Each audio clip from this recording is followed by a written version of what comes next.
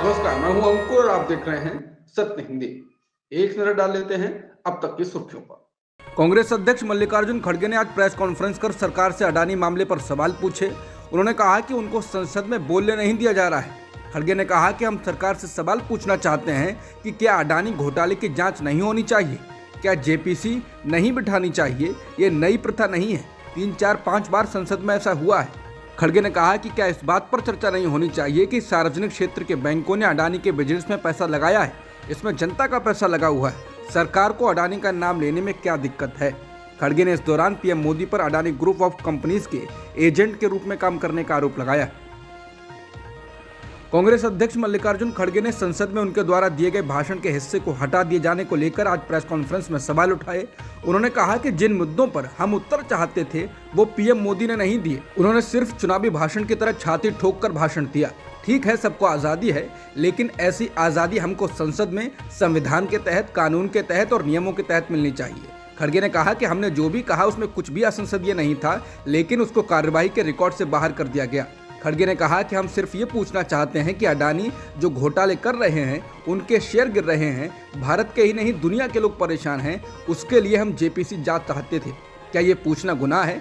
ऐसे शब्द भी निकाले गए, मुझे हंसी भी आती है। उन्होंने मेरे ऐसे ऐसे लफ्ज़ निकाल दिए। मैंने कहा था कि आपके चुप्पी साधने और मौनी बाबा बनने के चलते ये स्थिति आई है। इसका इस्तेमाल पहले भी किया जा चुका है, लेकिन इसे भी रिकॉर्ड से निकाल दिया गया। मोदी जी के एक नज़दीकी दोस्त को लेकर जब हमने पूछा कि उनकी संपत्ति कैसे बढ़ी, तो इस पर भी उन्हें आपत्ति थी।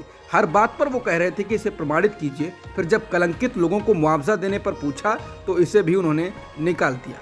खड़गे ने कहा कि संसद में शेरो शायरी चलती है, खासकर अटल बिहारी वाजपेयी थे जो कविता पढ़ते थे, लेकिन मैंने जो शायरी कही थी उसके कम से कम 9 लाइन में से 7 लाइन काट दिए। खड़गे ने कहा कि उन्होंने कहा था कि आप नज़र नहीं नज़ारों की बात करते हैं, वो हाथ जोड़कर बस्ती को लूटने वाले भरी सभा में सुधारों की बात करते हैं। बड़ा हसीन है उनकी जवाब का जादू, लगा के आग बहारों की बात करते हैं। ये भी निकाल दिया। खड़गे ने कहा कि अगर ऐसी चीज़ें भी जो साहित्य हैं उसकी भी बात हम नहीं कर सकते तो अभिव्यक्ति की आज़ादी कहाँ है, लेकिन उन्होंने हटा दिया, मेरा भाषण काट दिया। संसद का बजट सत्र चल रहा है, विपक्ष अडानी मुद्दे पर लगातार हमलावर है।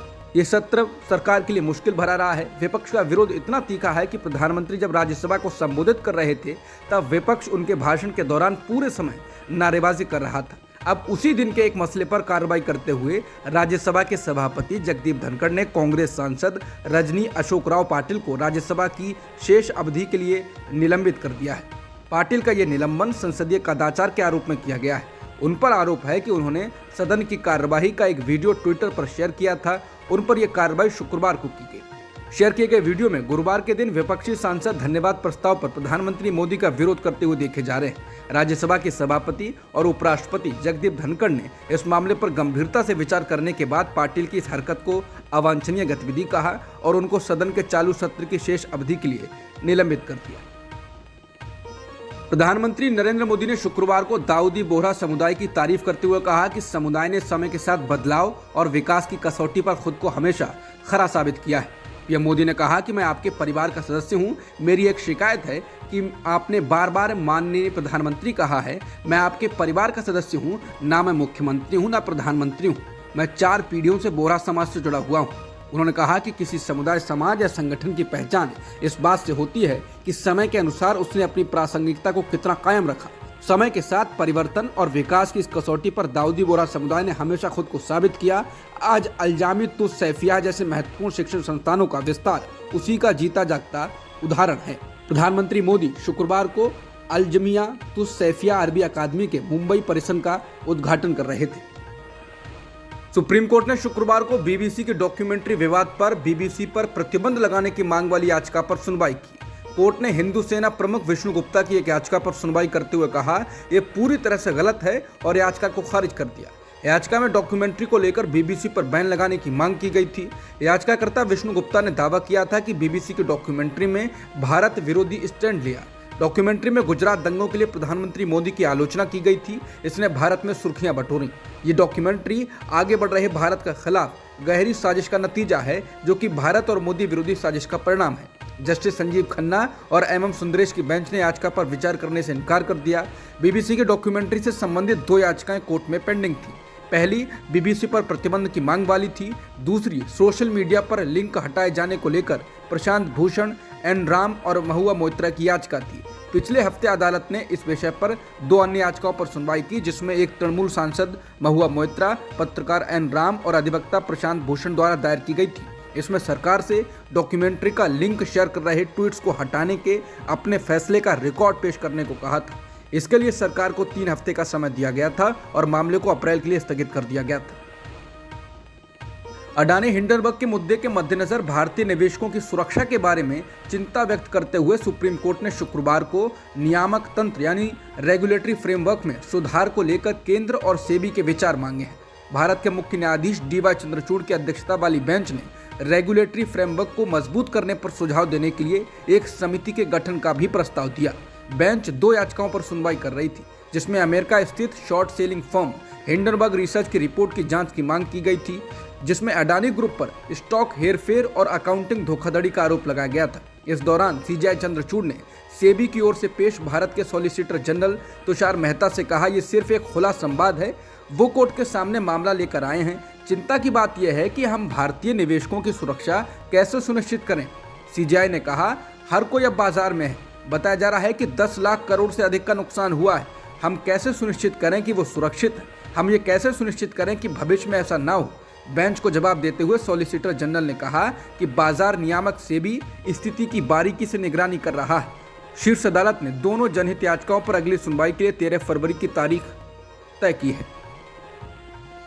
गौतम अडानी ने शॉर्ट सेलर हिंडनबर्ग रिसर्च के खिलाफ अपनी लड़ाई में अमेरिका की सबसे महंगी कानूनी फर्मों में से एक वॉकटेल को काम पर रखा है। वॉकटेल को कानूनी रूप से बचाव करने वाली फर्मों में सबसे आक्रामक माना जाता है।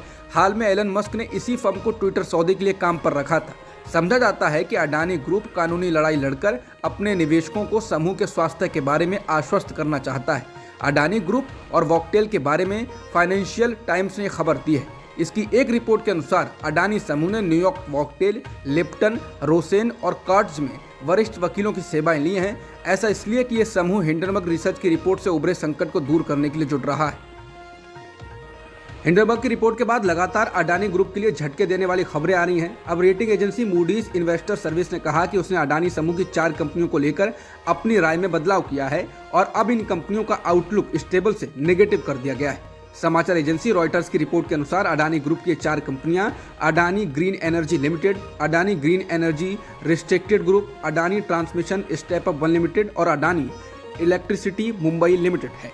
बता दें, हिंडनबर्ग की रिपोर्ट आने के बाद अडानी ग्रुप की कंपनियों की मार्केट वैल्यू में जबरदस्त गिरावट देखी गई। इस वजह से ये हुआ है। भारतीय जीवन बीमा निगम यानी LIC ने कहा है कि वो अडानी की कंपनियों के शेयरों की कीमतों में हालिया गिरावट और संकट से निपटने की योजना के बारे में सफाई मांगेगी। LIC के अध्यक्ष MR कुमार ने गुरुवार को कहा कि सार्वजनिक क्षेत्र की बीमा कंपनी के अधिकारी जल्द ही अडानी समूह के शीर्ष प्रबंधन से मिलेंगे। LIC की यह प्रतिक्रिया इसलिए आई है कि अडानी समूह की फर्मों के शेयरों में LIC के निवेश की विपक्षी दलों और निवेशकों ने आलोचना की है। ये आलोचना इसलिए की जा रही है कि क्या LIC ने अडानी की कंपनियों की आर्थिक स्थिति देखे बिना ही निवेश कर दिया। अडानी की कंपनियों की आर्थिक स्थिति को लेकर इसलिए सवाल उठाए जा रहे हैं क्योंकि अमेरिकी शॉर्ट सेलर हिंडनबर्ग रिसर्च ने गौतम अडानी के नेतृत्व वाले समूह के खिलाफ कई आरोप लगाने वाली एक रिपोर्ट जारी की, जिसमें कहा गया है कि इसकी कंपनियां शेयर की कीमतों का प्रबंधन और हेरफेर करती हैं। इसके बाद अडानी ग्रुप के शेयर्स में जबरदस्त गिरावट दर्ज की। 14 फरवरी को काऊ हक डे मनाने की अपील को animal welfare board of India ने वापस ले लिया है। बता दें, बोर्ड की इस अपील की काफ़ी आलोचना हो रही थी। विपक्ष ने भी इसको असल मुद्दों से ध्यान भटकाने वाला कदम बताया था। वहीं TMC सांसद महुआ मोइत्रा ने भी कहा था कि अब सरकार ने हमारे वैलेंटाइन डे का भी प्लान बना लिया है, जिसके बाद अब बोर्ड ने कहा है कि मत्स्य पालन, पशुपालन एवं डेयरी मंत्रालय के निर्देश पर एनिमल वेलफेयर बोर्ड के द्वारा जारी की गई अपील को वापस ले लिया गया है। चीन की कंपनी अलीबाबा ने पेटीएम की मूल कंपनी 197 कम्युनिकेशंस में अपनी शेष 3.16% की प्रत्यक्ष हिस्सेदारी लगभग 13,600 करोड़ रुपए बेच दी है। सूत्रों ने जानकारी दी, इस सौदे के साथ अलीबाबा ने कंपनी में अपनी पूरी हिस्सेदारी बेच दी। 197 कम्युनिकेशंस पेटीएम ब्रांड के तहत बाजार में काम करती है। समाचार एजेंसी PTI की रिपोर्ट के अनुसार ये सौदा 13,600 करोड़ रुपए में हुआ है। PTI के मुताबिक अलीबाबा ने इस सौदे के साथ ही पेटीएम में अपनी पूरी हिस्सेदारी बेच दी। दिसंबर 2022 में पेटीएम में अलीबाबा की 6.26% की हिस्सेदारी थी, जनवरी में अलीबाबा ने कंपनी में 3.1% हिस्सेदारी बेची, जबकि बची हुई 3.16% हिस्सेदारी आज बेच दी। राजस्थान के मुख्यमंत्री अशोक गहलोत द्वारा शुक्रवार को राज्य का बजट पेश करते समय गलती हुई और विधानसभा को आधे घंटे के लिए स्थगित करना पड़ा। दरअसल गहलोत ने गलती से पिछले साल के बजट का कुछ हिस्सा पढ़ दिया था। जब तक उनको इसका एहसास होता तब तक काफी देर हो चुकी थी। इस पर विपक्ष के सदस्यों ने विरोध में सदन के वेल में हंगामा किया। हंगामे के बाद सदन को कुछ समय के लिए स्थगित करना पड़ा।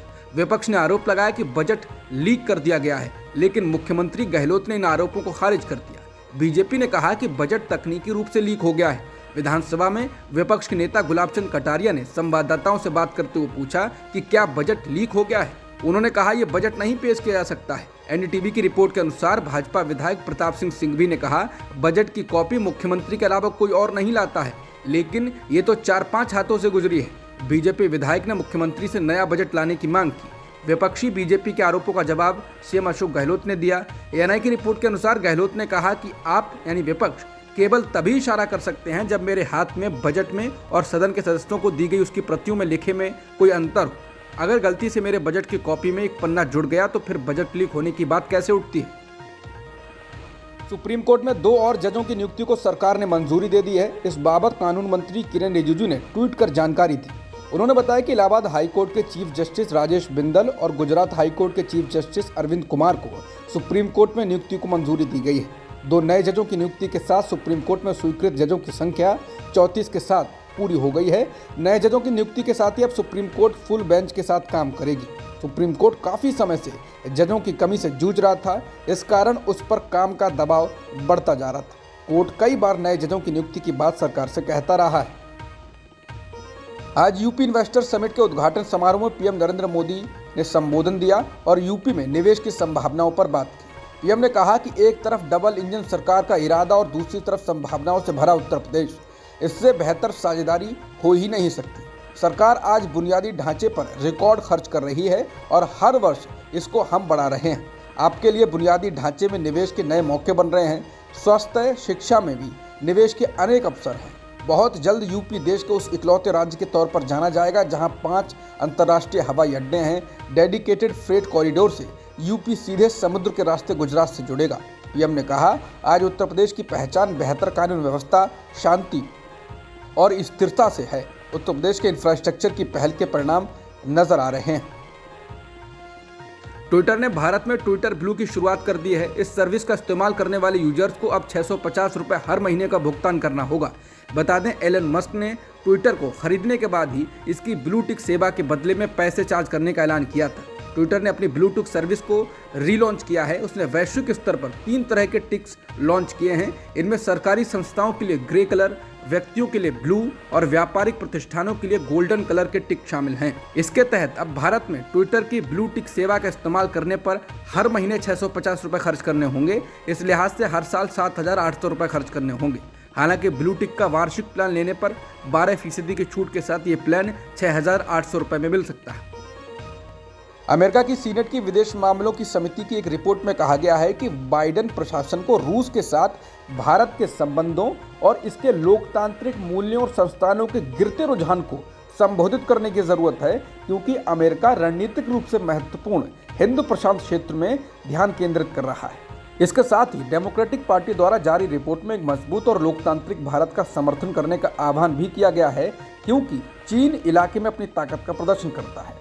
सीनेट के विदेश मामलों के अध्यक्ष सीनेटर रॉबर्ट मेनेंडेज ने कहा कि अमेरिका को इंडो पैसिफिक को एक अच्छी तरह से पुनर्जीवित संपूर्ण सरकारी दृष्टिकोण के साथ संपर्क करने की जरूरत है। तुर्की और सीरिया में आए भूकंप में अब तक 21,000 से ज्यादा लोगों की मौत हो चुकी है। अभी भी ये संख्या बढ़ सकती है। रिपोर्टों के अनुसार तुर्की में बचावकर्मी हजारों इमारतों के मलबे में फंसे लोगों को बचाने के लिए जुटे हुए हैं। भारतीय टीम भी राहत और बचाव कार्य में मदद कर रही है। जीवित बचे लोगों को खोजने की संभावना अब कम हो गई है, क्योंकि 72 घंटे का समय, जिसे विशेषज्ञ जान बचाने के लिए सबसे संभावित समय मानते हैं, वो बीत चुका है। भारत भी तुर्की में ऑपरेशन दोस्त के तहत मदद पहुंचा रहा है। इसी कड़ी में भारत से तुर्की भेजे गए एनडीआरएफ के दल ने मलबे में दबी 6 साल की बच्ची को सुरक्षित निकाला है। गृह मंत्रालय के प्रवक्ता ने सफल रेस्क्यू ऑपरेशन का वीडियो शेयर कर इसकी जानकारी दी है। पाकिस्तान सरकार और आईएमएफ 10 दिनों की लंबी और कठिन बातचीत के बाद भी किसी समझौते पर पहुंचने में अभी तक विफल रहे हैं। इससे आने वाले समय में मुल्क का नकदी संकट और गहरा सकता है। पाकिस्तान अखबार द डॉन के मुताबिक पाकिस्तानी सरकार ने गुरुवार को कहा कि 7 बिलियन एक्सटेंडेड फंड फैसिलिटी की 9वीं समीक्षा को पूरा करने के लिए वो आईएमएफ के साथ पूर्व कार्रवाइयों के एक सेट पर सहमत हो गए हैं, लेकिन एक स्टाफ लेवल एग्रीमेंट 10 दिन की वार्ता के बाद भी मुश्किल रहा। वित्त सचिव हमीद याकूब शेख ने कहा कि सभी मुद्दों को सुलझा लिया गया है और पूर्व की कार्रवाइयों पर सहमति बनी है। उन्होंने कहा कि स्टाफ लेवल एग्रीमेंट को आने वाले दिनों में अंतिम रूप दिया जाएगा, क्योंकि उन्होंने कुछ बिंदुओं पर सहमति जताई थी जो पाकिस्तान के जनादेश से परे थे। हालांकि उन्होंने ये नहीं बताया कि कितने और किन बातों पर सहमति हुई है। उन्होंने कहा कि इन सभी जानकारियों को संभवतः शुक्रवार को बताया जाएगा। आईएमएफ की टीम अब वापस जा रही है और इन मामलों को फंड के प्रबंधन को बताएगी, जिसमें 2 से 3 दिन लग सकते हैं। शेख ने इसके साथ ही कहा कि दुर्भाग्य से वित्त मंत्री वादे के मुताबिक मीडिया से बात नहीं कर पाएंगे, क्योंकि फंड के प्रतिनिधि मंडल का मानना था कि वॉशिंगटन द्वारा समापन वक्तव्य को मंजूरी दिए जाने से पहले कोई चर्चा नहीं होनी चाहिए। भारत और ऑस्ट्रेलिया के बीच नागपुर में खेले जा रहे टेस्ट मैच के दूसरे दिन के खेल खत्म होने तक भारत ने 7 विकेट के नुकसान पर 321 रन बना लिए हैं। कप्तान रोहित शर्मा के शानदार शतक की बदौलत भारत के पास 144 रनों की बढ़त है। रोहित ने 120 रनों की पारी खेली। अभी भारत के 2 सेट बल्लेबाज क्रीज पर हैं। रविंद्र जडेजा 66 और अक्षर पटेल 52 रन बनाकर खेल रहे हैं। मैच में 3 दिन का खेल बाकी है। ऐसे में टीम इंडिया तीसरे दिन भी ज़्यादा से ज़्यादा रन बनाकर मैच में अपनी पकड़ और मजबूत करना चाहेगी। बता दें, ऑस्ट्रेलिया ने पहले बल्लेबाजी करते हुए केवल 177 रनों का स्कोर बनाया था। भारतीय क्रिकेटर ऋषभ पंत ने अस्पताल से अपनी 2 तस्वीरें ट्वीट कर अपना हाल बताया। बता दें, पिछले साल 30 दिसंबर को शुक्रवार की सुबह क्रिकेटर ऋषभ पंत कार दुर्घटना में जख्मी हो गए थे। उनकी कार दिल्ली देहरादून हाईवे पर डिवाइडर से टकरा गई। पहले उनका इलाज देहरादून में चला, बाद में उन्हें मुंबई ले जाया गया था। अब तक की खबरों में इतना ही। बाकी खबरों के लिए बने रहें सत्य हिंदी के साथ। नमस्कार।